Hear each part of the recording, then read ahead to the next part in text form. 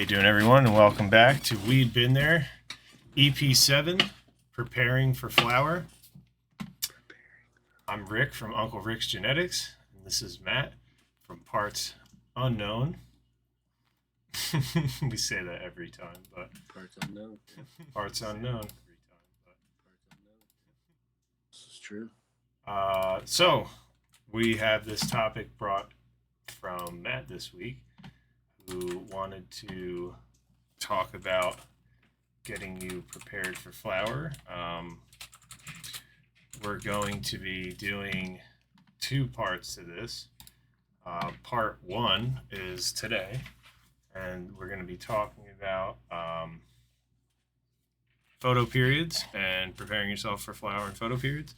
Part two, we're going to talk about photoperiods again, but we're going to talk about regular photoperiods, and we're also going to touch on what to prepare for with autoflowers in the same time frame. So that's part one and part two. So without further ado, Matt, would you like to kick us off, sir? Yeah, I guess we can kind of cover. Some of the steps are going to be very similar for transitioning from veg to flower for autos as well. Depending on how your growing style is, but basically, one of the biggest mistakes is people don't really prep their plants for flower. And then once the transition happens, so the transition is basically the most stressful period that your plant is going to go through. Besides like some very high stress training methods during veg, but naturally this is its highest stress point is its transition. Hormone levels are all over the place. Its needs are different. So there's just a lot going on, and if you're not paying attention or you're not setting yourself up with a good foundation for flower, you're going to have some major issues. Some you're going to be playing catch up all the way through flower. Others, you might be able to catch pretty quick and get it back on track. But, you don't want to be playing the catch up game, or doctor if you don't need to. So we're going to cover, we've already covered certain things with defoliation, scrogging your plant, so all of what we basically went over is leading up to where we are now, which is transition period. So, right. I guess we're more focused on photo periods at this point. But again, you can incorporate some of certain things into autoflowers as well. Right. The first thing you can't contribute over is up potting. And we were talking about this morning on the Wake and Bake, but it's something I'd like to cover. So when you're growing a photoperiod, you should be, doing your due diligence of transplanting every 2 weeks, really getting this thing to the size pot you want gradually so that, your plant has the least amount of stress and the most amount of potential to keep its momentum going and just be an animal. So when you get to your final pot, which most people end in a 5-gallon, and then they flip to flower, but they've been in that 5-gallon for a couple weeks. That's like a pretty big screw up, in my opinion. Looking at the way these plants grow, knowing that they grow roots more in flower than they do in veg, realistically, you should be giving it enough room for that. But a lot of people don't know that fact, but it's kind of obvious. The plant's going to stretch upwards of 2 to 3 times its size. Do you think it's not going to need to do that with its root system? Because it's going to need to. So, one great thing to transition from veg to flower is to make sure if you're in a 5-gallon, you go to like a 15-gallon. And I know that might be like, holy crap, that's overkill, but it's not. Your plant is going to get not root bound, but if it's in fabric, it won't be root bound, but it will be definitely root compact in 5 gallons if you are vegging in that and then flip it in that same pot size. So definitely go up three sizes 3 times the pot size. So if you're in a 5, go to a 15. You know, And there's other benefits to that as well. Getting some nutrients. fresh soil in there, fresh nutrients.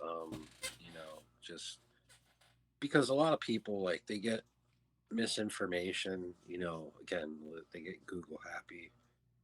And if you really Google like flower period and all that stuff, it's going to be like plant doesn't need any nitrogen and this that. No, the plant still needs nitrogen. Very Right. much so. That's where the Earth's ground doesn't be like, yeah, like just we're not done with nitrogen now. Just get rid of it. No, it's always there. It's just that the plant chooses what it wants to uptake, and that's okay. So you want to start definitely for folks on photoperiods. You definitely want to transplant. You know, I usually do it very like right before I flip my plant. We're talking like 4 days. Right. It should be that. Your It should plant be that is fresh. right. Your plant is pretty big by that time. So shock is going to be almost non-existent. Unless you like really like chop roots and Fucking crush it. you get crazy with it. So you're not going to have any transplant shock really at that point. And if you do, it's going to last maybe a day or two. Right. It's totally so worth yeah, it. I throw it right in a nice fresh pot. Unless I'm in an auto pot, then I gotta do other things. Right, but the auto pot takes that away. Yeah, well, that's also another reason why I layer my soil. I do like what did you call it? Some kind of ring method. I forget. Oh, it's cyclopsing. Cyclopsing, yeah. That's when you put your pot in the middle of the pot that you're transplanting into to give it like a no stress transplant. But yeah, like you definitely don't want to throw a plant in flower that's root bound. You definitely don't want to throw a plant in flower where it's mediums depleted. Microbiology is all jacked up and out of whack. So I see a comment here. I see a comment, but I'm pretty sure I know who it is. I think that's you, Tony. How you doing, brother? Yeah. Long time no talk. I want to say something about that though. Like, if you're going to be adding soil and you go from a 5-gallon to a 5-gallon and you're basically not changing, and then you just add 2 inches of soil, you're adding like nothing. You know what I mean? To that pot. You're adding some nutrients, but not really anything. But if you were to go from a 5-gallon to a 15-gallon, you've just tripled the amount of space, right? So you've effectively added 200% soil to this plant's life now, right? So essentially it has nutrients and space for another. If you grew it in 5 gallons, right, and now you have 10 more, it has the space to run for another 60 days.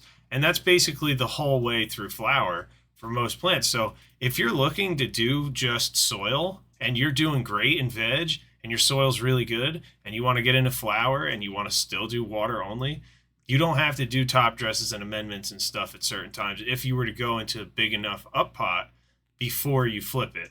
And I do want to say that I think it's really important you spend a week in that pot not recovering for the sense of it growing into its new pot, but the sense of when you flip a plant, before you flip a plant, you really want to knock it down under your scrog net. If you're not doing a scrog, you want to bend it down however you're going to bend it down and get it to open up if that's the way you're training it. And you really want to if you're going to put it under a scrog, you want to level it and let it come back for like a few days and just start poking through that scrog and finding its way up and then flip it. Because that's a stress in itself. And sometimes when you flip a plant and just mangle it under a scrog all at one time, you don't get it growing potentially in the best way. Because in that following week, you could let it grow incrementally and move things around and really get it positioned how you would like for it to flower and really stretch up through that scrog net. Or, if you're tying it, just give yourself a little bit more time, from when once you decide you're going to flip the plant, you should start the flip process, and it should take you, at least 5 days of your plant growing in the new pot with the, training method you're going to give it so you're prepared for flower. Yeah, I mean, and also like like whatever your growing style is too. I'm super aggressive. Um, I just beat the bejesus out of my plants. So Right, like but what you give it Eric's talking time, right? about is a little more of a softer hand, I guess. No, but do you give it time to recover, like a few days before you I flip give it, it or you like 3 to mangle it, 4 flip days. it? But here's the thing: like when I up pot, so I'll put it in a new pot and I'll also train it the same day. Like I put Right. it in that new pot and I'm bending branches. Same thing. You I know, do it my all at it, once. if my plant is like super unhealthy, then I'm not really gonna like mess with it too much because I don't want to like cause any more unnecessary stress. Right. But if I have a Agreed. super healthy, vigorous plant, yeah, I'm gonna beat it down, because it wants it. That's the kind of tough love it likes, at that point in its life. And you're also just setting yourself up for a larger, like you'll see that plant. Like the more you beat them up, like the better they get at growing and recovering, and they can Right. just handle a lot more because they're used to being tampered with. Well, yeah, they definitely can build a tolerance to stress, and that is why you want to up pot so frequently to get to this. You want to keep this momentum of this plant being like, you're not going to hold me down in this little pot, man. I got to get into a bigger one, and then it's like it's inevitable. It has to go into a bigger one. But I've seen people go into a massive pot, and the plant just doesn't grow because you're feeding it right where the plant is so that it feeds. But it's just best to have a plant that matches the size of the pot that it's in. you know, and other stuff that is beneficial to up potting before flower. You have a more, well, I mean, depending, because this is not, don't, hold me to this because there are different mediums, but, if you're a soil based grower, you have a very fresh, pH buffered, I also I try to inoculate my soil a little bit more, like when I'm up potting. So I'll throw, fresh mycorrhiza in there, some more beneficial bacteria and funguses, kind of help because there's large exchanges going on. It's very fast paced in flower as far as how your plant is interacting with its root zone and the food web. It's in the medium. There's think of veg like late night traffic. It's just everybody's cruising, everything's going good. And flower is more like rush hour with construction and, maybe a couple tractor trailers flipped over and lit Rush on hour fire. with So like, construction. there's just like, a lot of things happening. And, like I said, the better you set yourself up, the better odds you're going to have and a chance you're going to have of not running into issues right at the beginning where it's detrimental. Right. Um, because your plant is trying to develop bud sites, is trying to, get its motor going. And if you stunt that from the gate, like you're just, you're going to have a plant that's going to be in veg for extra weeks, trying to finish. Other parts of the plant are going to be like, what the French toast, like we're supposed to be dead and gone by now. And they're still like pumping shit out. We're quitting. We're done. We don't want to try. Another thing that I like though about that is like, I'm trying to get my torch. Another thing I like about this whole like uh, up potting and using like inoculants when right beforehand and then giving it time to uh, actually like work is you can do this is a good time to do a molasses feeding even a little heavier than you normally would. Yeah. I mean, I feed molasses once a week actually from veg all the way through.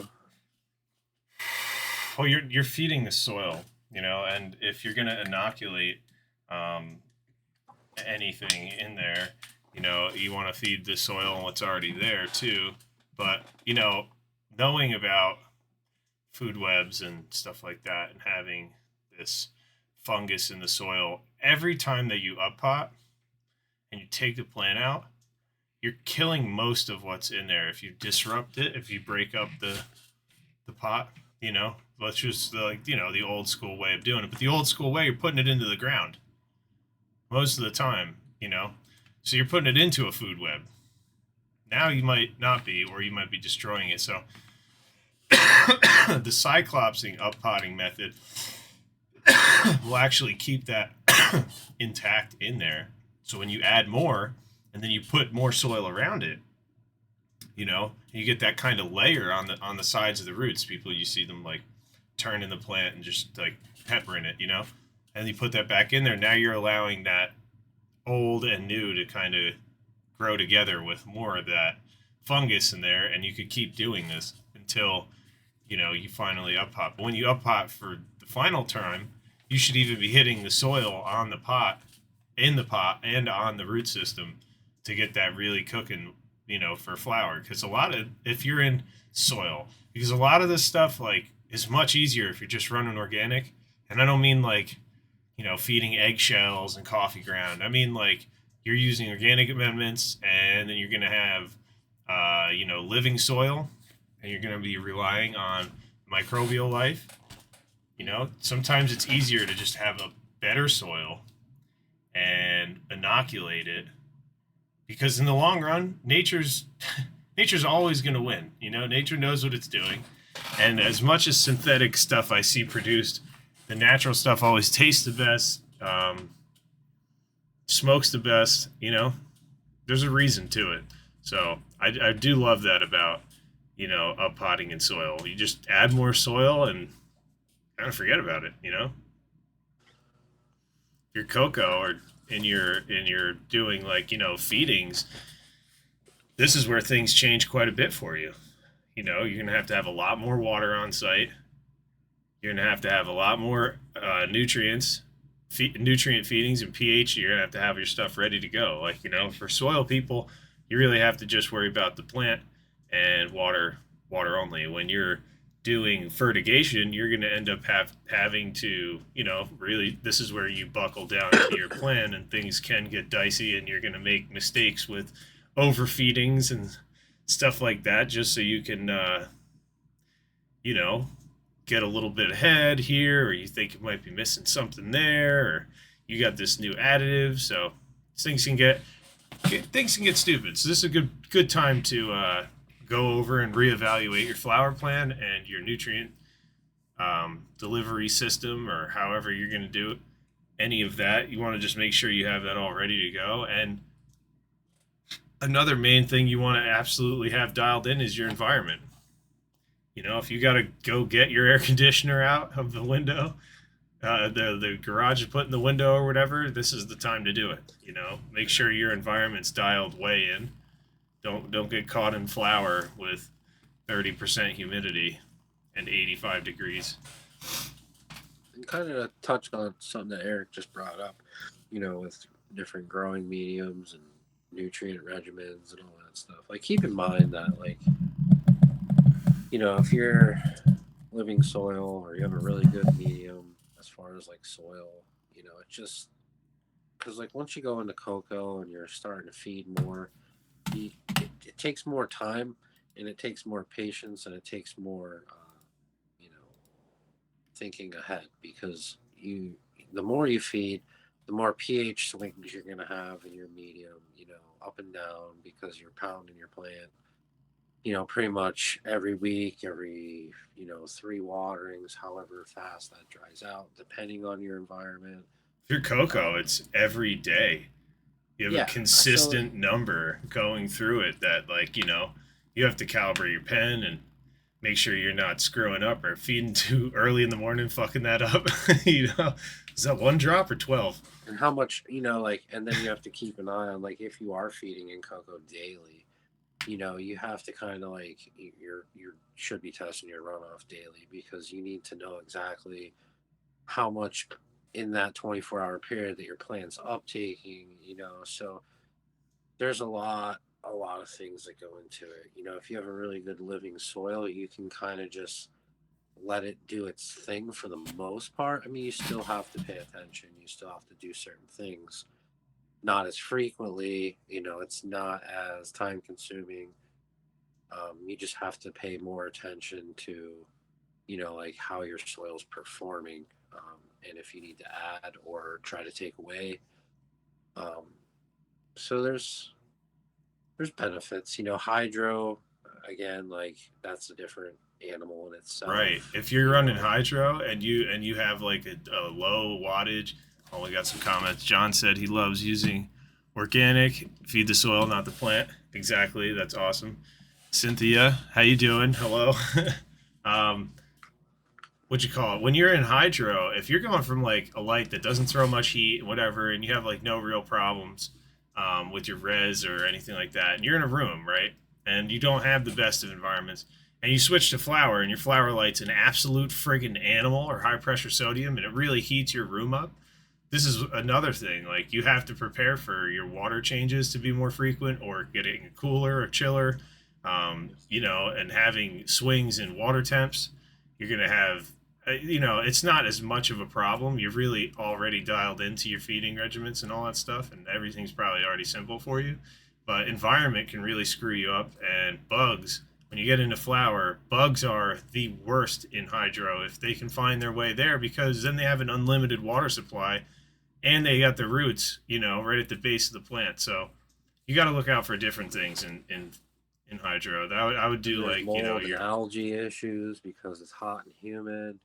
There's if you're more not root 100%. problems, Yeah, root I mean issues there's from just the heat. You get into a lot of stuff once the water gets over a certain temperature, and I'm seeing that a lot with I've seen that a lot with this stuff, but I'm predicting we're gonna see that in this rise of the octopot, where people are going to have these things in there too soon, or they're gonna have them where it's too hot or whatever, and they've got these big root balls in the bottom of them. And I could just tell you, these people are not prepared for that. And, you know, keeping your roots clean in hydro is not easy to do when you have high temps. Everything grows in them. and chillers aren't that cheap either. They're quite They are expensive. not. A good chiller is You like need, three hundred and fifty it's not bucks. just the chiller. You have to have a continuous flow system so that water's so Yeah, it's more than just a chiller. unless You you get an know, expensive chiller for like 300 bucks where it's all built in. yeah. Heater chiller. So, but also here's another thing too. Like with organic soil growing and living soil, you can have an abundance of nutrients in there, and if it's organic, it's not really going to harm your plant if you have a little bit more in there than you should. Because it's naturally forming. So, like, if it's there, and your plant doesn't want it, your plant is not going to take it. Think of it like putting a plate of food in front of a baby, and he sees mac and cheese and he gobbles it down. But then when he gets to the peas, he's like, really don't care for the peas today. He's going to leave it alone. As far as synthetic feeding, where it's instantly available to your plant, that's like pulling my beard down and grabbing a spoon and just jamming it in my mouth.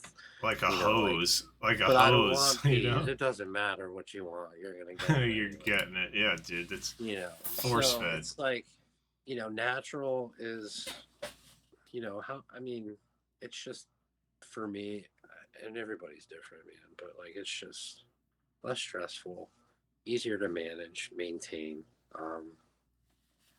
and you can just keep your soil bumping, like once you get into like, how do you make, teas and certain things, that can rejuvenate your soil, how to condition your soil properly, how to mix it properly, because you're going to have a different mix from veg to flower.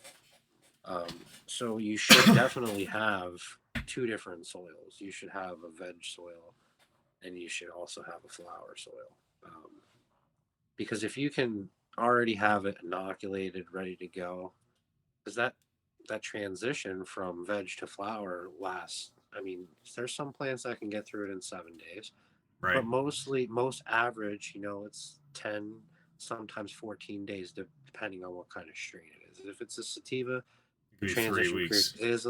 is a little bit longer, um, but mostly it's 7 to 14 days is your median range of transition. So if you already have an inoculated soil, um, It's pretty much ready to go. It's working its way through the soil that's already there as well. It's venturing out, just creating a like a super highway, because as soon as that plant is through that transition phase, it's gonna want, and it's gonna want a lot. It's gonna want a lot of water. It's gonna want a lot of food. It's gonna want a lot of light. It's like just gonna want shit all the time, and it's gonna be a pain in the ass if you're not set up for it. And then you're probably gonna overcompensate at some point, and it's just gonna be harmful to your plant. So Right. again, scheduling and having a grow journal and grow plan is crucial to this aspect of it as well. Right. This is the phase that you've been preparing for the last two to Two three months. months. Right. You And, know, Matt, that's actually a pretty good point you made about flower transition times from, vegetative growth to budding flower pistil growth. And, I've noticed a lot more plants are in the 7 day window when they're over 2 months of vigorous growth. And I don't mean just being like 60 days it's been alive, because a lot of plants at 60 days are really small if people don't know what they're doing or they stunt it. But then if you go to like some other plants, they're massive at 60 days and they're in flower in 7. And I think a lot of these guys are flipping their plants at not peak maturity. I don't think they're actually mature. All right, Cynthia, have a good night. I don't think they're actually mature enough, because people want to get into this and flip it right away, and sometimes it takes 60 days or more for that plant to get fully mature. And I've seen plenty of plants be stubborn, and then all of a sudden you go in there in day 78 of veg because you're letting the thing rock out, and all of a sudden it starts stinking, in veg. And you're like, okay, it's ready to flip. Not all plants do that, but a majority of them will already have pistils and be, showing their sex at 8 weeks or more in veg. I think people are like really trying to keep it in this 2 month window. I don't really know what that's all about. Is it really a big deal to veg for 90 days? no, so here's what I think, honestly, personally. Um, I think a lot of people aren't 100% growing their plants properly, to be honest with you. I think a lot of people have their plant stunted the entire way through. Um, because I've seen guys that have been growing for years, like it is 3 to 4 week veg, and their Right. plants are fairly large, and they know that, like if the average marijuana plant or cannabis plant is supposed to double in size, it should double in size. A Right. lot of people, they don't get that. They get their plant is this big, and then the flower is just this much bigger. It's kind of squatted the whole time. And I feel like that's due to factors of, and I'm not saying they're not healthy plants, but they could have been so much more had you had the correct environment, correct water schedule, correct feed regimen, based on your plant. I encourage everyone to really dive into learning about deficiencies and toxicities, and how to read your plant, listen to or visualizing what your plant is showing to you and interpreting that as your plant is speaking to you with certain things.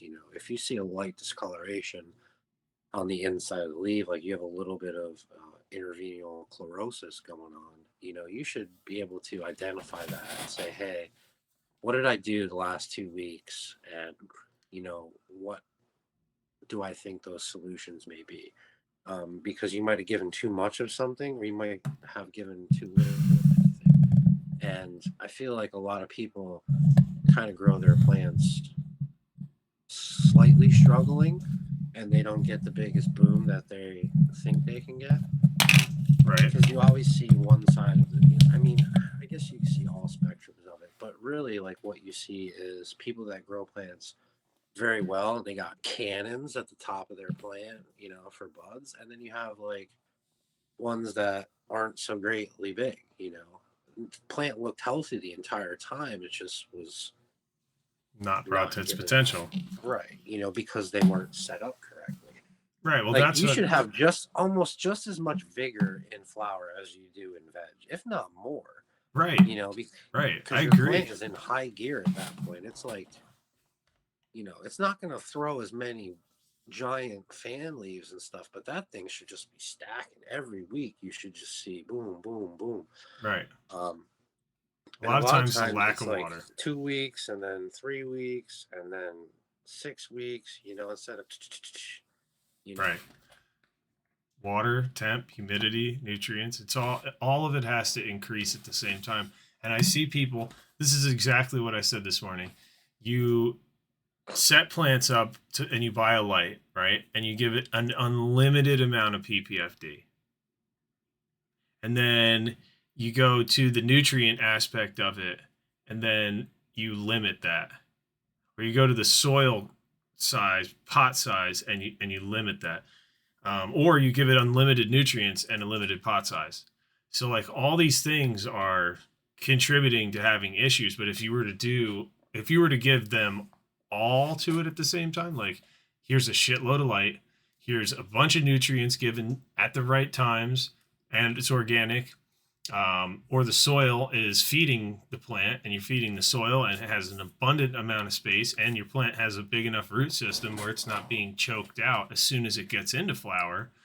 I think what you're talking about happens.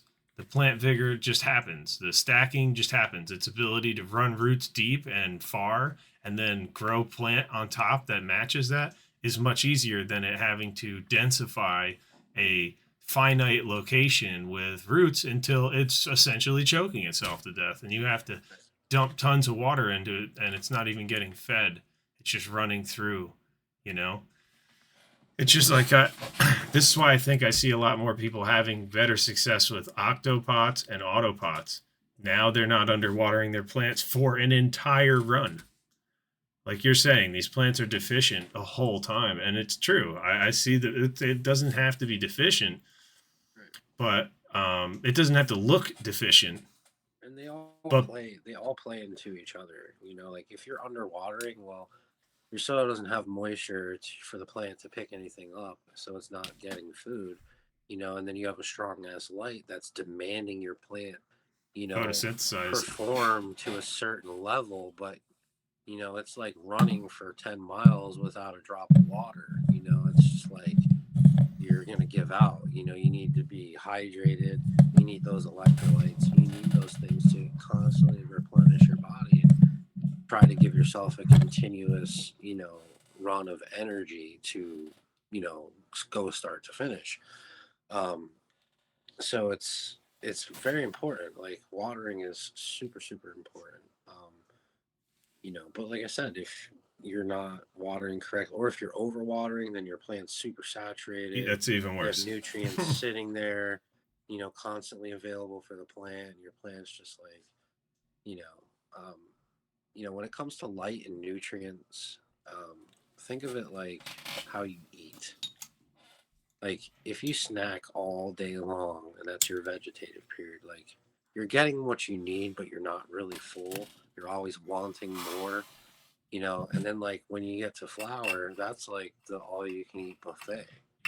You First finally plate get is more. one, second plate is two, third plate, like, and then like you're wanting more, but at one point you're just like, I feel fucking great. I feel full. I feel awesome. I'm like ready. I'm gonna sit back in my chair.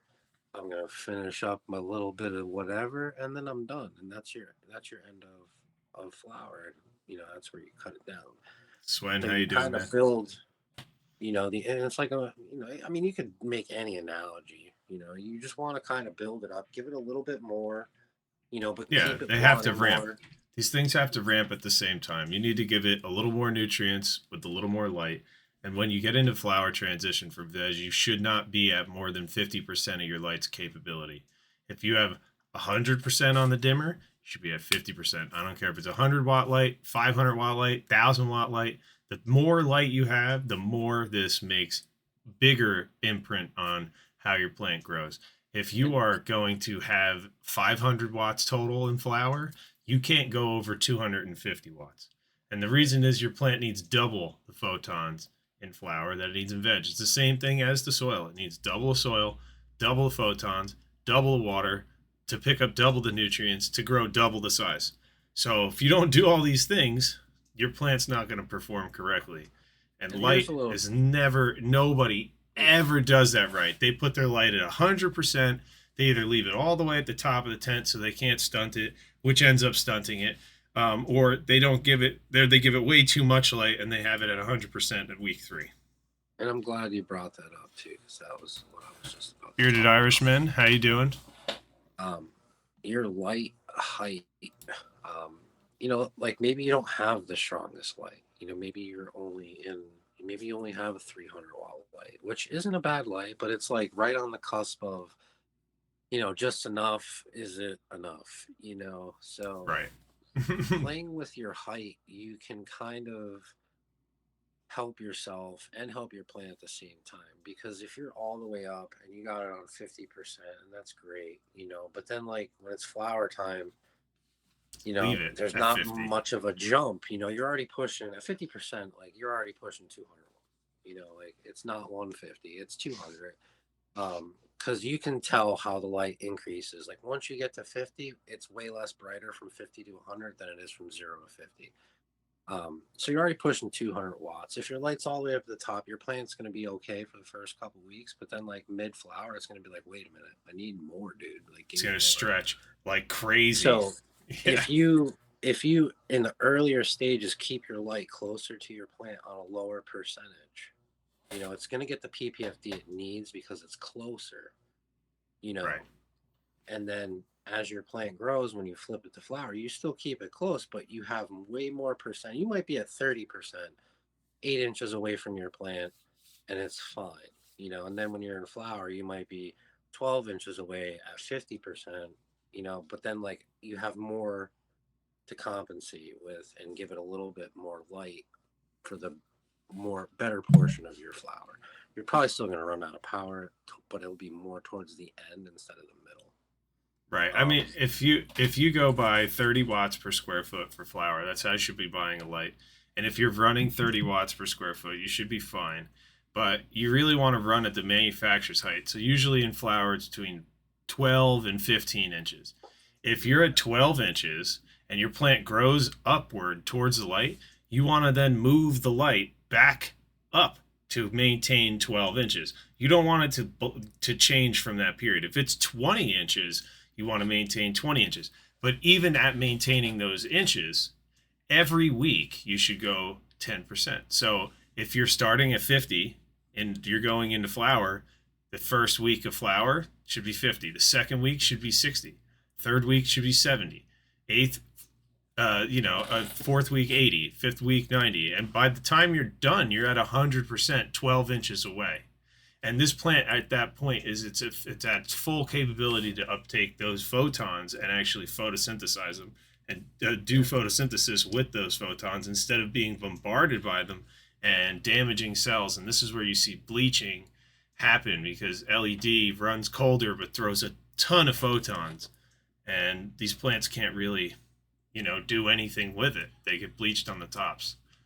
and having the right equipment for flower is crucial as well, because like if you don't have a strong enough light, like what Eric's talking about, like your plant is really gonna stretch, Oh, like and you can keep moving it up, 3-4 inches a week, but if that thing is like really just reaching, then you have no choice but to increase intensity, to keep it down, because Mark Schmuck, how you doing? you want a plant to stretch and flower, but you don't want it to stretch too much, because then like now you got all these little rinky dink buds, That you instead can't of get having like, PPFD to. right now, instead of having like one giant crown nugget that's like just soaking up because it's right there, so you don't want too stretched. So that's, you have to have the right kind of equipment to be able to, you know, have the best grow. You're going to get results either way. But if you want the good results, the greatest results, the results that, to the best of your ability at that point, like you have to have the right equipment. that's just gonna help yourself so much more than Right. struggling and having to try to find ways to compensate for where you're coming up short. Speaking of compensating coming up short, that is actually something that you have to have a plan for as well. When you're flipping into flower, you need to know what your capabilities are. If you have a light, like our one of our members here is in the chat, Mark Schmuck, he said, "Ooh, I got the light." Yeah, he does have the light, dude. Does he ever? He bought a Vega 660 watt, and it's a 2x4 watt light, but it's 660 watts. So it's bringing in around 80 watts plus a square foot, right? So using a light that powerful, you have to know the capabilities and you have to know where it's going to land you. So that light will throw, it doesn't matter if he puts it all the way to the top and turns it at 60%, he is going to have 40 plus watts per square foot at 50%. So he's going to literally be able to do a sea of green in there if you wanted to. So one thing, if you know your light's capability, is it's going to blanket this room with 1,000 ppfd at 50%. Then you could just put a scrognet in there, let them turn up towards that light, and just freaking eat. But you're also going to have CO2 there so you don't completely destroy them, being that you're going to have a lot of ppfd once they get close to that light. Now, on the other side, let's say the other side of this, you have a not so great light, right? You're going to be fighting heat, which is number one, your problem, and CO2 uptake, number two problem. Number two problem comes from number one problem. When number one problem happens, where it's too cool, the stomata doesn't naturally open to uptake CO2, so you're only getting nice buds on the top of the canopy where the light's right there emitting that radiation, but on the bottom you won't. Now, Mark Schmuck will never have that problem because 4 feet away you can feel the heat from that light. So he's going to have leaf temp above 80 degrees and have every single stitch of CO2 that's there be able to be uptaken by the plant, which is allowing to maximize the potential of photosynthesis in flower, which is really what these plants need. If they're gonna take photons and they're going to use them, they need CO2 to do that. And once you get over a certain level, if you don't increase the CO2, it damages the plant. We just have 2 comments here. Actually, a question. Bearded Irishman said, "I have TS 2000 300 watt. How can I make the most out of that light? How can I get good rock solid buds from it?" And this is what I meant when I said you have a lower end light that's not going to throw a ton of ppfd. This is where you want to scrog it, get as even canopy coverage as you can, defold the bottom of it. And this is something that you're going to have to do within the first week of flipping. And you're going to need to have that planned out and done and to let the plant recover a minute from all that defoliation off the bottom and being jammed under a scrognet and being transplanted into a fresh soil that's going to be a little bit better. So you're going to have to, transition from that. And then you're going to want to use that same method of not exceeding 50% of your light's capability. Because even if, like I said, if you have a 100 watt light, your plant is going to get used to the veg ppfd, and then it's going to demand a certain amount in flower. So if you have what it wants, area is he in as well? Because right, that helps a lot to know that. If you can reduce the area of your grow for that light, like if you're in a 4x4 with that, you're not going to have the greatest results. If you go into a 2x2, and you have one plant in there, your light coverage is going to be better. Your ppfd coverage of the plant is going to be better. So you also have to take into account, like if you don't have the biggest light, then that's why. That's why he said he has a 4x4x6. Yeah, you're gonna need to follow basic 15 to 30 watts. So you need 30 watts a square foot in flower, and for a 4x4, your minimum wattage is 480 watts. So you're gonna need more wattage in there to really cover that whole tent well. If you were to put one plant in the middle of it and cover just the one plant, you'd probably be fine. But again, you're going to be battling heat and all the other things that we're talking about. Swen said his best results with a 450 watt from a seedling, he ran at 24 inches at 40% until full veg was over. Then he bumped to 60% and maintained 24 inches Then he bumped it 70% by week 8. In veg, hit 75 after flip. 80% still maintaining 24. Now he's in week 4 flower. 85%. His height's 18 inches. PPFD is 1,050. So Swen is actually doing this light metabolism, getting the plant used to uptaking that and then increasing it. And then increasing it. It's like going to the gym. This is what I've always told everybody. This is like when you go to the gym. You don't just go in the gym and bench 500 pounds your first day there. And that's what throwing 1,000 watts of something at one plant or 500 watts of a good light at one plant is out of nowhere. So you really have to let this build up, and you got to let it get a tolerance to uptaking that many photons and outputting auxin growth to make this plant a plant and not make it a destroyed, blasted with light, bleached thing. So you got to start small, and you got to increase throughout the weeks if you really want, great results. I've seen that time and time again, and I encourage everybody to try it. Try it. Don't exceed 50% of your light and veg, and then kick it up 10% a week in flower. You'll be surprised. I mean, you think of like a whole growing season naturally, like how it happens outdoors. I mean, the days get longer and hotter. The days get hotter. Mm-hmm. Sun's stronger. So right. Because the sun's getting essentially closer, so it's more intense.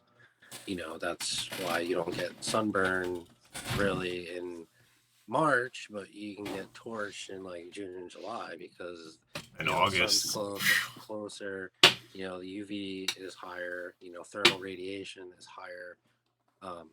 So like you can kind of like try to mimic that through your own grow. I mean, it's not going to take that long, but well, you're doing that slowly, with the light. Right. You're slowly increasing, light intensity. I mean, most people don't really change, timing. But I mean, I guess you could. I mean, you can go.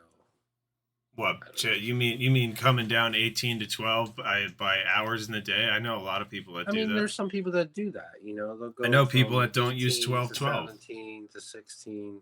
I know people that are using, 13-10 or 13-11 and 14-10. I've seen people have re-veg on 14-10. I've also seen people not have re-veg on 14-10, but I see people experimenting with that.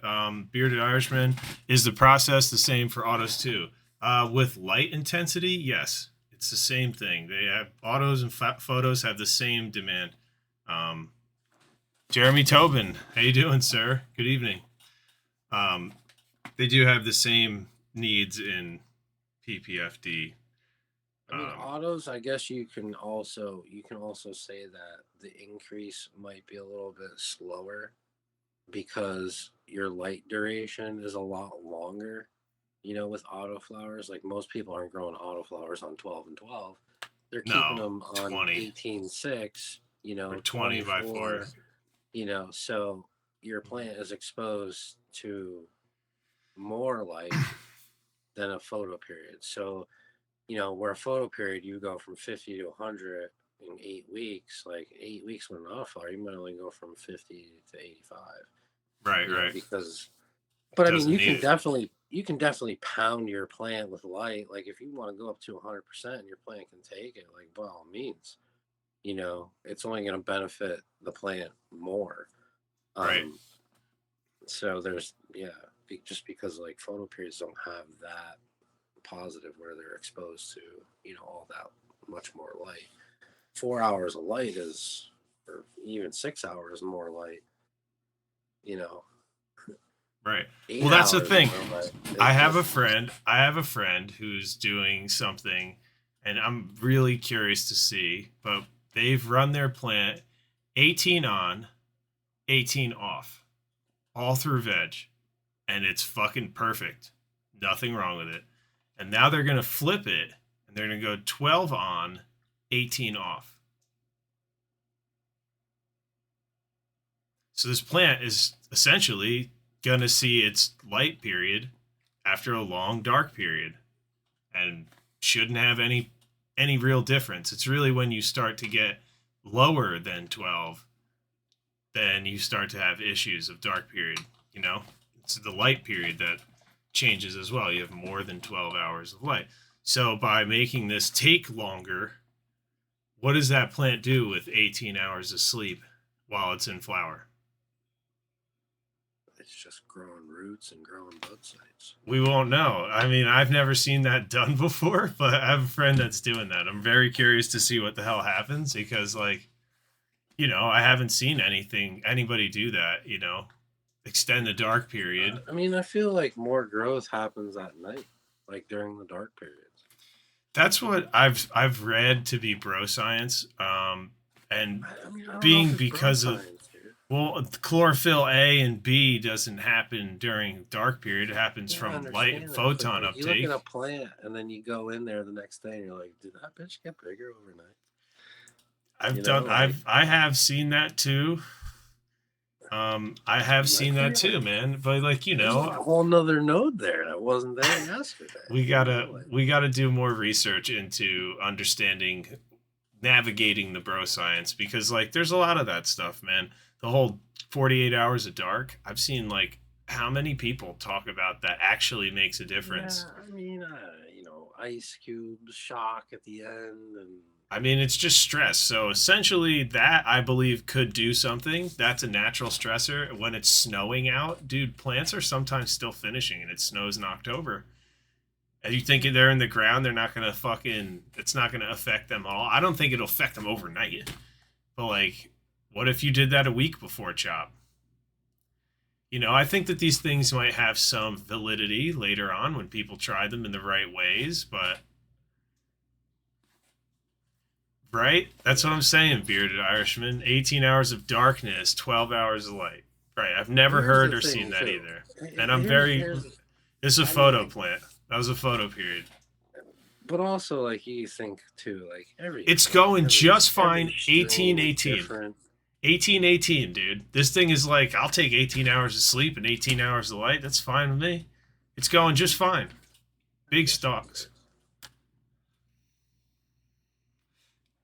And they're flowering under an Osiris light. They're great. They're doing full. This person does not care to take my advice or my recommendations. Rather, they take my recommendations and they crap on them by being like, "I'm gonna prove that your shit works for other shit you didn't even design it for." I'm like, "It's a veg light." Well, I'm gonna flower under this 7 watts a square foot and prove you wrong. And I was like, "Okay." And now they're like, "I haven't even been doing 18.6. I've been doing 18.18." I'm like, "What?" They're like, "Yeah, power bill is so much different." And now with the 7 watts a foot, it's like almost non-existent. I was like, "This is crazy, dude." So Yeah. with the right lighting, like, it's working fine. Yeah.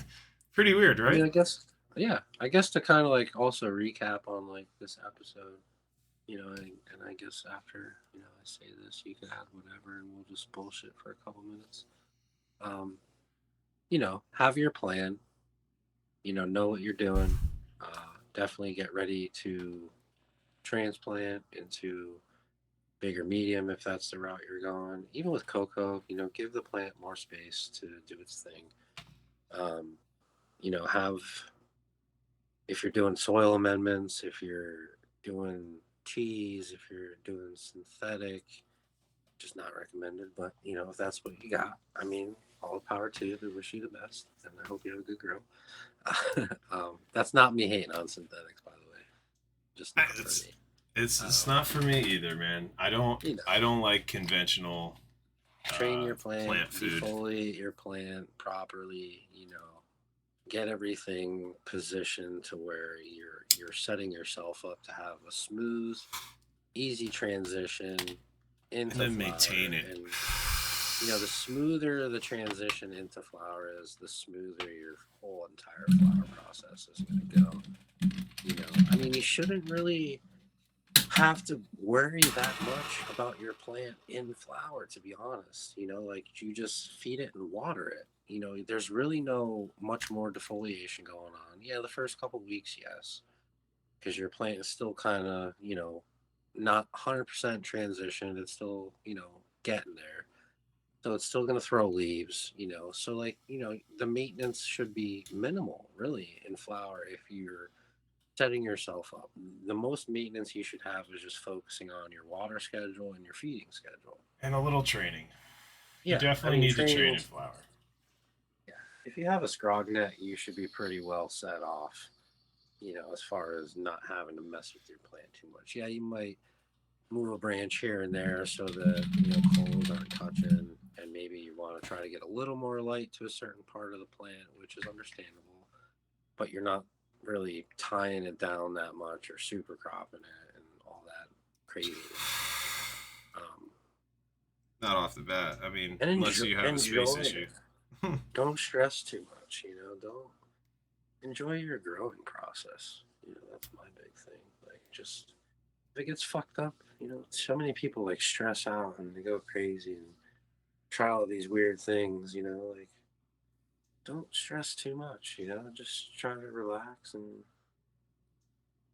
tend to your plant, try little things, do the little things first, focus on those because your soil is probably good. If you have a good soil, it's inoculated, it's rocking and rolling, it's probably has nothing to do with your nutrients in your soil. It probably has to do with water, pH, stuff like that. So, like, always check that stuff first. So many people just add and add and add, and it's just so harmful to your plant.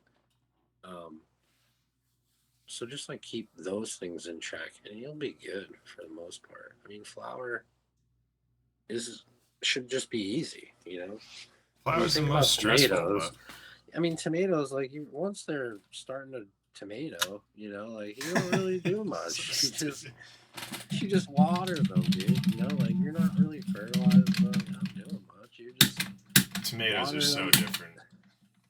They're Yeah. so close to the same plant in the sense of eating and fertilizing, but it's so different. Like, if any part of the tomato plant touches the ground, it grows roots. Yeah.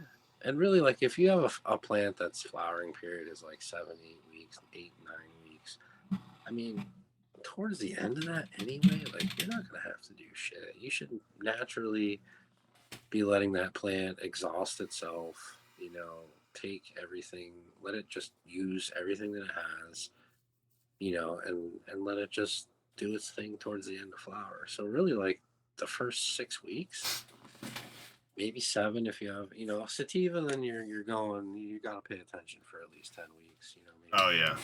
if you're in a sativa grow, you gotta.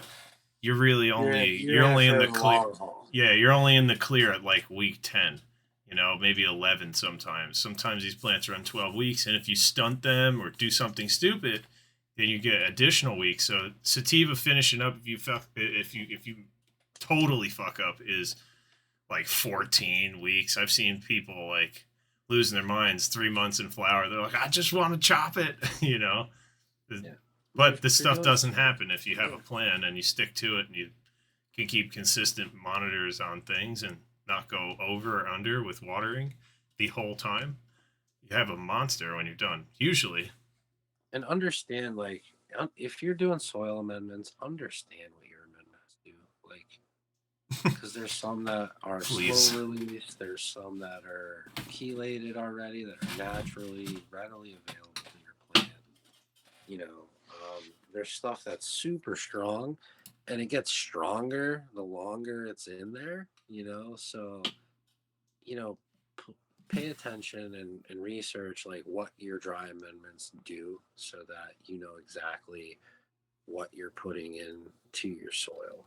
Um, and you're going to have to test your runoff, And then once you get a baseline, that's why, again, journaling is super important because, like, you have a terrible grow and you're like, shit, I gave it like this much. And then the next time you're like, well, it got burned up. Let me give it half. And you have great success with that. Then you'll have a really great baseline for your next grow. Like, hey, this is what I did, so let me just try this. If it's wanting more at a certain point, give it a little bit more. See how your plant reacts. Write it down. You know, Generally, you have to pay attention to 2 weeks prior. That's usually during the period where you mess something up along the way. Some things are super quick. Your plant will tell you right away, like, hey, something's not right, bro. Fix me. Um, Other plants are like, yeah, this kind of sucks, dude. Fuck. I'll wait it out. Maybe it'll go away. And then like, a week later, it's like, I can't take this shit anymore. Like fix me. Right. Something I also want to mention, if you're going into flour and you typically are using like, an A and a B and a CalMag, do the CalMag separately. Don't mix it in together. I've seen people do this a lot, and it binds heavily to flour nutrients. So you actually don't get an available nutrient, and it deletes both the calcium and I think it's potassium or phosphorus. One of the it's either one of them, or maybe even both of them. It binds to, and it creates a new chemical in there that's not available to Well, your it plant. creates it alters phosphorus and it alters potassium to the point where it's not actually phosphorus or potassium anymore. It creates Right. like Or an calcium. ionic. It creates a barrier actually, so your plant doesn't fully like recognize what it is, and it can't really uptake it, or it doesn't know if it wants to uptake it. So It's just it's not clutter. getting it. That's why like when you have a plant that's like yellowing out, but it's not nutrient burned, but it's yellowing out, and you test the runoff, and you're not in like an organic soil, but your ppms are, or your EC is like off the charts high. If you have like 4,500 ppms and you're in just like bullshit potting soil using synthetic nutrients, You're um overfeeding yeah, it. you're locked out. Your plant's not uptaking anything. um and then you have the adverse of that, which is not giving it enough. So you constantly gotta like pay attention to certain things. So Attention is huge. this is why keeping this grow journal is the most important thing, because per plant, if you were to write down what you're doing and you have a baseline of nutrient uptake or nutrient runoff, and then you get into flower and those numbers drastically start decreasing, like normally you have 500 or 550 runoff and now it's 400, and next week it's 300. Like, you can physically look at the numbers and see that you need more here, here every single week, so then you can increase that and start to stabilize that number. And when you stabilize the number, you'll see the plant responding and reacting to that consistent pattern, but this is how you can, there's more than one way. Just looking at the plant is great, but if you have the details in real time of what you do every time, and you have an actual log of the plant's, the habits of the plant or the habits of the runoff or your feedings or all of it, it's so much easier to dial in what's happening. So you could be like, oh, I fed it last week and it had actually more runoff ppms than normal, and now it's a little bit toasty on the tips. You know that you have too much nutrients in it from the numbers and from the visual. Now, if you just had the visual, you don't really know what's going on. So if you don't have numbers, this is when you want to start taking them. As soon as you do your first transplant and you water, take numbers, get a baseline, and keep that baseline consistent with what's going in, what's coming out, every time. So your plant is consistently able to eat and you're not underfeeding it. And you could also like, don't be afraid to like test the soil that you plan on up potting with. Like if you have like a flower soil or like a bloom soil, Mm-hmm. don't be afraid to like get a small bucket, wet it down, let it sit for a couple days, keep it moist and saturated, not like a mud bucket, but keep it saturated, and then just throw it in like a solo cup and run water through it, or make a slurry and test it and see like where your flower nutrients are in your ppf or ppm are at. So like, like, okay, I know that my bloom soil is sitting at 1,500 ppms, and then when you up plant or up pot into that, if you shouldn't have to feed your plant for like 2 to 3 weeks. If you're going from a 5 to a 10 or a 5 to a 15, you shouldn't have to feed that thing anything for the Right. first 2 weeks except water, maybe some molasses, keep the biology fed. Yeah, but 5 to 15 gallons, you're talking about, that's like double the soil that it's even Yeah, ever seen. That's like, it's going to take, it could probably go through flour like that. yeah. The I whole mean, thing. well, what I'm saying is you shouldn't have to feed anything in the first 2 to 3 weeks. If you up pot and you immediately start seeing signs like your plant yellowing out, I would definitely test your soil. If you're at 1,200 or 1,500 ppms in your flower soil, but your plant's yellowing out, I mean that's not a lot. It might just be wanting more at that point, and then you might want to just make a tea, or you don't want to just re-inoculate that soil or re-amend that soil. It's already been amended 2 3 weeks ago. It's just asking for a little bit more. Like what Eric said, separate your CalMag. Um, if I make a tea or if I feed anything, I put my CalMag in with my molasses. So it has nothing really to react with, and it gets it separate. And it's always good to do that too on an off feeding because if you look at some of the synthetic nutrients, a lot of them have a little bit of calcium, a little bit of magnesium in them. So like you might be giving too much CalMag at once if you're giving a heavy dose of CalMag. I mean, it's hard to, you know, really overfeed CalMag, but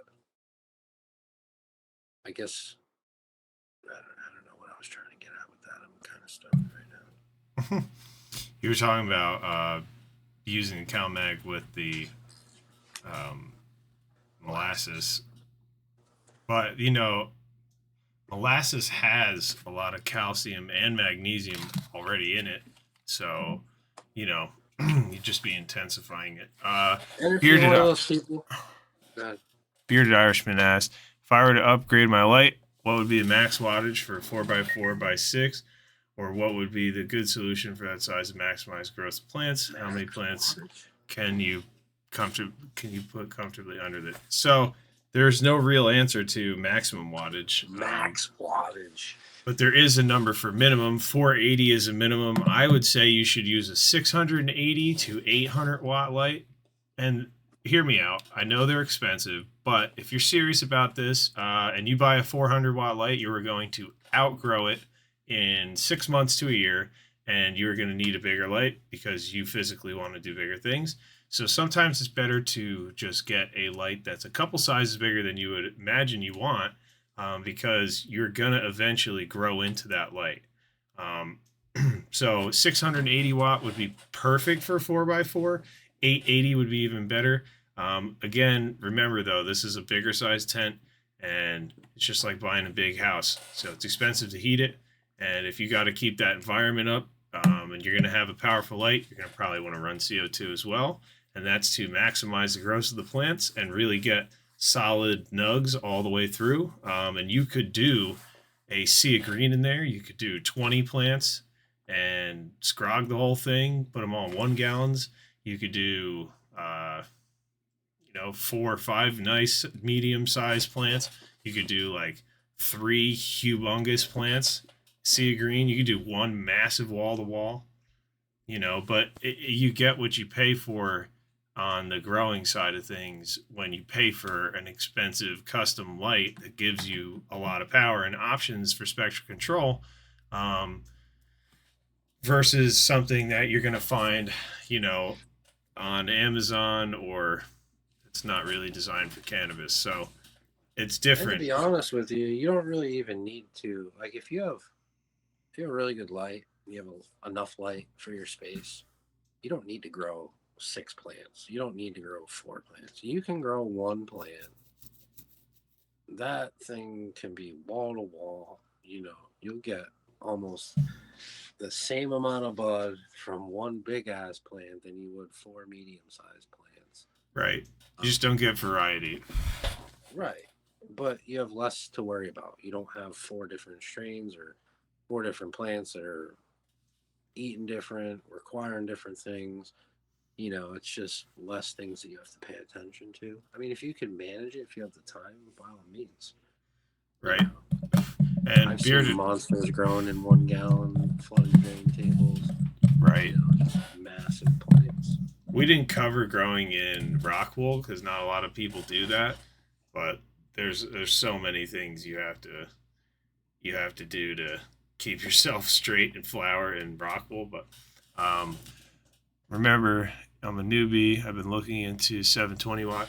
If you want a light, just message me. I think you have me on social media, so just send me a message. I can navigate you in the right direction. We do make custom lights. We do make standard lights as well, but um, be careful shopping if you're not going to go with us. Just saying, I see some of these 720 watt lights are $300, and the diodes that we put on our 600 watt light cost more than that whole light put together. Without any of our heat sinks, without any of the PCB boards, without any of the actual frame of the light or the drivers, our diodes end up costing more than some of these people's entire light costs. So there's a here's like the massive rule of thumb. separation. Yeah, the rule of thumb with Amazon, like I mean, first off, just don't. Second of all, like quality lights, you're gonna pay anywhere around $1.25 to $2 A a watt. watt. Right. That's what's gonna tell you that it's a quality light. And You it's know, warranted with an actual warranty. Like, if you're these companies do exist, and a lot of the ones you see are going to be 60 cents a watt. And then you're looking at a light that's 700 watts for $300. yeah, And that's just not how much these things cost. That's how much an imitation of it costs. And that's the sad part of the industry, is they're taking advantage of people, on that aspect, because there's no way for you to know or verify whether what you're buying is what you're buying. And honest people don't exist everywhere. then you just run the risk of like hazards. Like a lot of people will, or a lot of these garbage companies are using garbage drivers.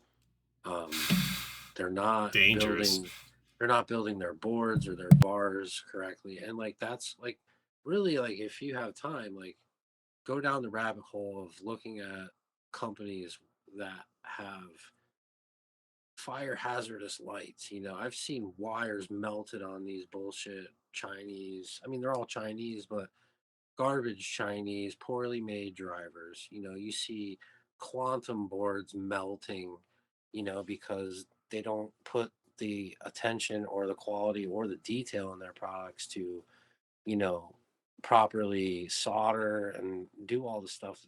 It's all half-assed. Um, and you run the risk of setting your goddamn house on fire or your garage Right. or That something. happened. That happened right here in Brooklyn.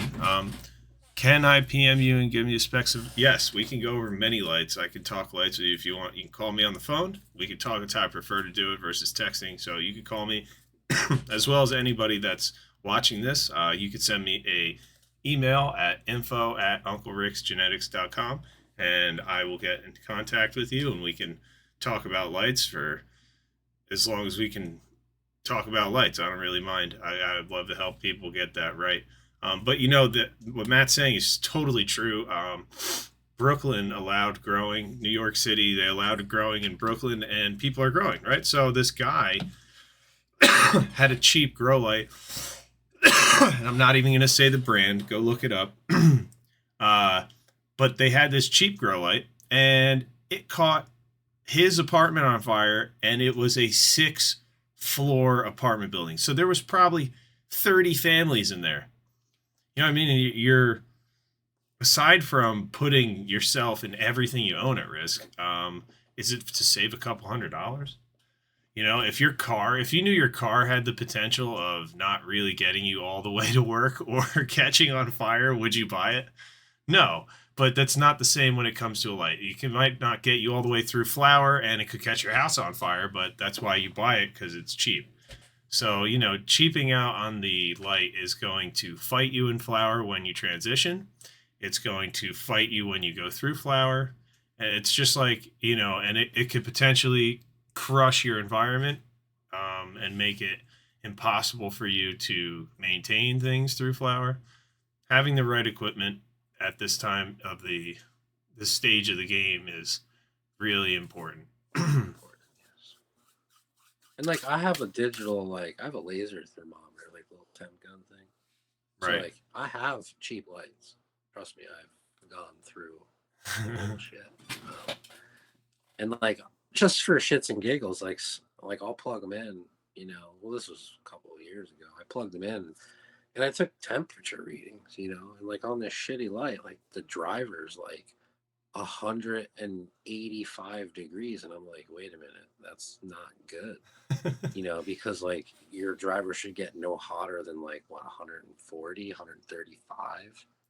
um, At peak. at At max, peak. yeah. Well, that Right. has to do with your environmental mitigation as well. If you don't have any good exhaust fans or anything like that, you're going to cook that driver and the PCB board and the diodes. So essentially, you're going to ruin that cheap light because you can't keep the environment cool because it's a cheap light. It's kind of like the catch 22 revolving door of just bad stuff. And then that makes the risk of it catching on fire, I don't know, exponentially higher. So it's kind I of mean, it's kind of crazy. And no, they should their operating temps, most of good lights operating temp is 40 degrees Celsius, which I think is like 120 degrees. 120 degrees is like what you'd take a hot shower. You know what I mean? It's not really as hot as you think it would be. But then keep in mind, you should have extractors, circulating fans, and humidity mitigating these things. So maybe they'll run at 85, 90 degrees, in a well off environment, but shouldn't be over 100. And I've seen what Matt's talking about, where if you put your hand on the driver, you're burning your skin right to the sticker that's on it. oh shit. The stickers peel up and go.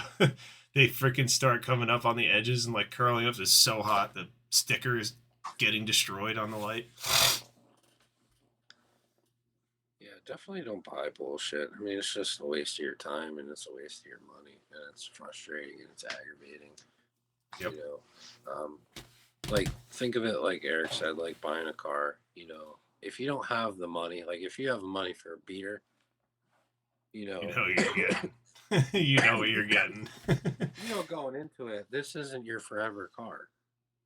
This is like get me to point A to point B. Which, if that's all you got and you're already in the growing process, I mean, go with what you got. But you know, if you just wait a month or two and you put a couple extra dollars to the side, and now you have enough money for a decent car that's going to get you through a couple of years worth of growing. I mean, you're always going to want to upgrade. Trust me, you're always going to want Always. more. You're Always. so it's difficult, to just say, hey, buy this light. Get a decent light. Spend $500-$600 on a light. But make sure you get a light that's bigger than what you want, because what Matt's saying is true. You're going to want to upgrade as soon as you get comfortable with it, and that's why going a little bit bigger than what you can handle is good, because you'll be able to only go like 70 or 80%, and then when you get comfortable, you could go the rest of the way, and you'll love the thing. It's just different. It's a different experience that way. But by that time, you would have saved so much money on blind bud. Maybe you're hooking the homies up, whatever. You save a lot of money buying freaking lights. I can tell you that. No, well, That's the too. biggest thing. Like, Too. this guy So that's in the chat, right. Bearded Irishman, if he decided, he told me I need to go for this many watts per square foot, and then he goes and buys another 300 watt of what he has, and now he's got 300 watts in there, and now he's got the right coverage, and he's still not getting good results. Then he talks to me in 6 months from now, and then he's like, oh man, I didn't know what all this was about lighting. Now I'm going to buy the right light. So now he's going to spend $600 on a light after spending $250 two times. And then those lights are going to just collect dust, or he's going to then up his bill, his power bill, and his environment and all that shit, just to be like, you know what, the lights weren't a waste because now they're veg lights and I have 2 veg tents. So you know what I mean? Like, that's what ends up happening. And just so you don't throw away the money you already spent, because, not too many people I know will take a light that they didn't get good results with and then sell it to someone and be like, yeah, it's great. And I wouldn't even give crappy lights away. Like, that's my point. there's people that are in these groups that are like, hey, does anyone have any light? Any light? Like, I'll take any light. Like, doesn't matter. I just need Yeah. something. I Right. wouldn't even respectfully. I wouldn't even approach them and be like, yeah, I have like 5 shitty lights you can have. Like, don't even worry about paying me. Not gonna help I them. wouldn't Right. even do that to that person, knowing what's gonna happen. Right. Right. Well, I'm that's just why gonna be like, we're where we are, Matt. that sucks. Like Save save up. your money and time. Right. Right. That girl that she wanted a light, and we didn't hear about it for a couple months. And then all of a sudden, she was back, ready to get the light. She got the light, and she's doing well. She's doing really well, actually. So that's like just one of the many, many times we have people, you know, save up for it. It is a hobby.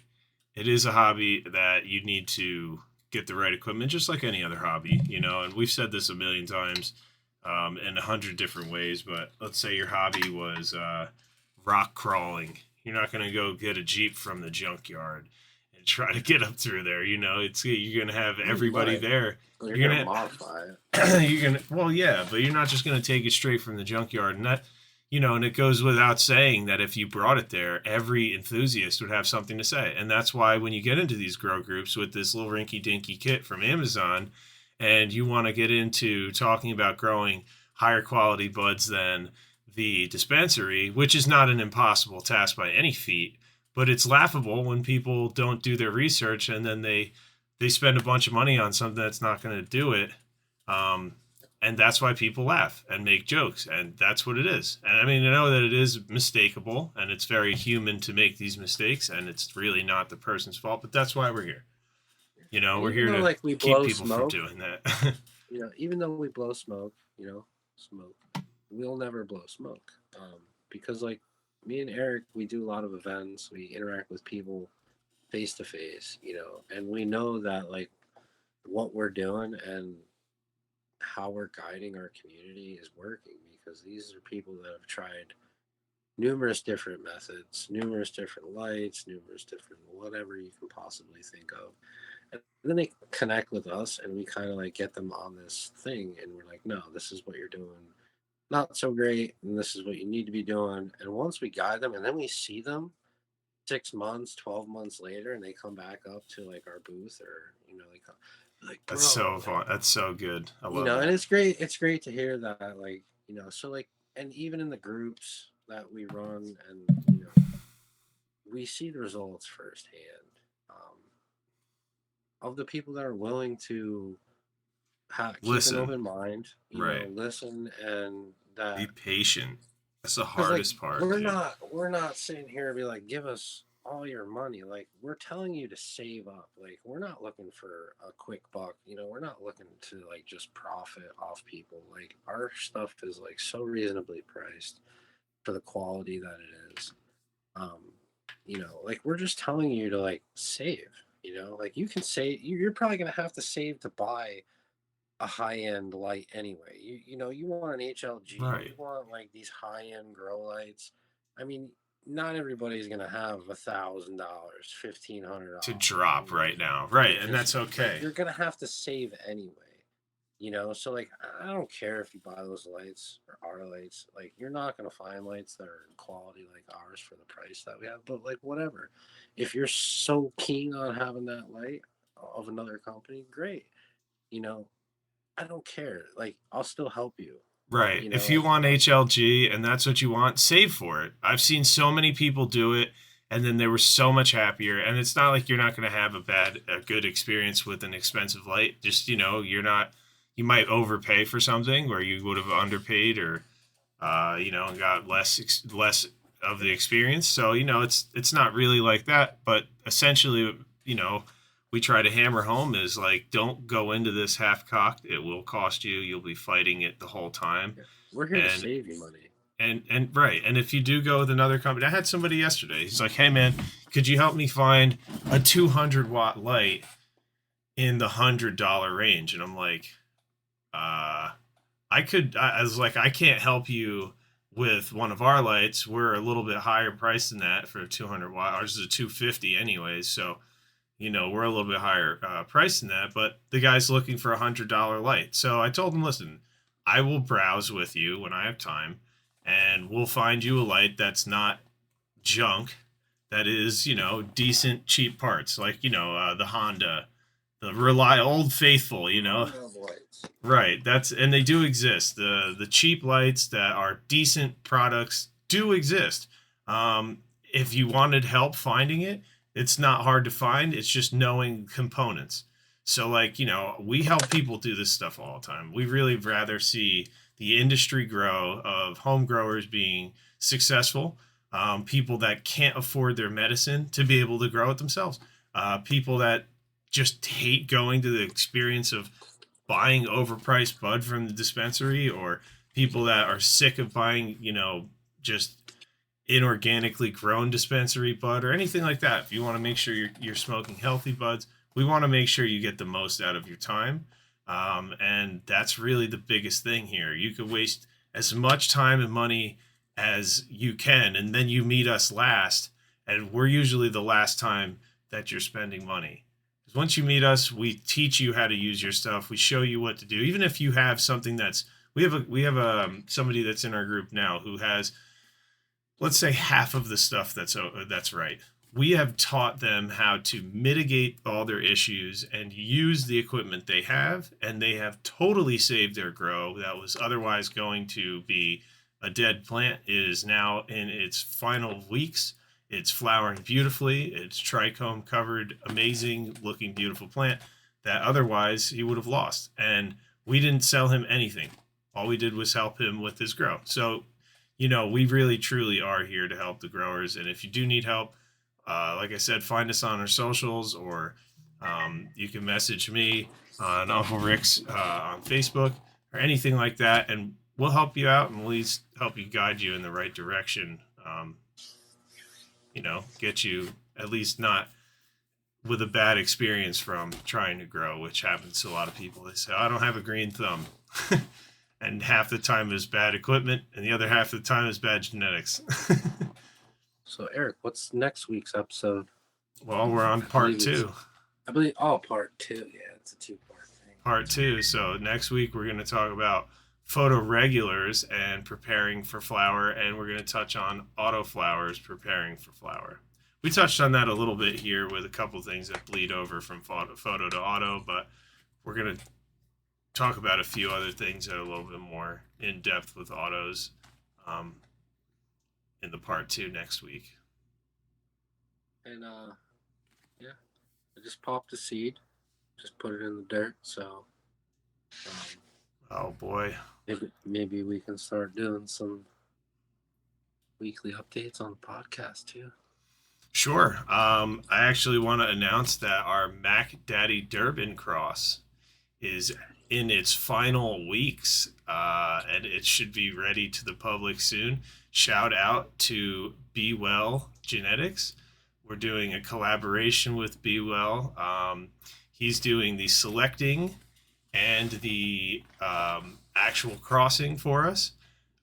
We met at a show and we wanted to work together, and we're using our Durban and our Mac that we have. So those will be pulled from the shelves for a later date that will come back. But as of pretty soon, we're going to have Mac Daddy Durban available for testing. And soon after that, we will have some feminized beans of a pheno hunt from that. Future giveaways. Future giveaways for sure. We're going to definitely do something on our 10th podcast, which is 3 episodes from now.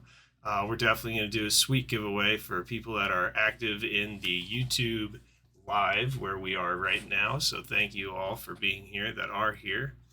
And, thanks for being with this in this episode of We've Been There. Absolutely. Thank you.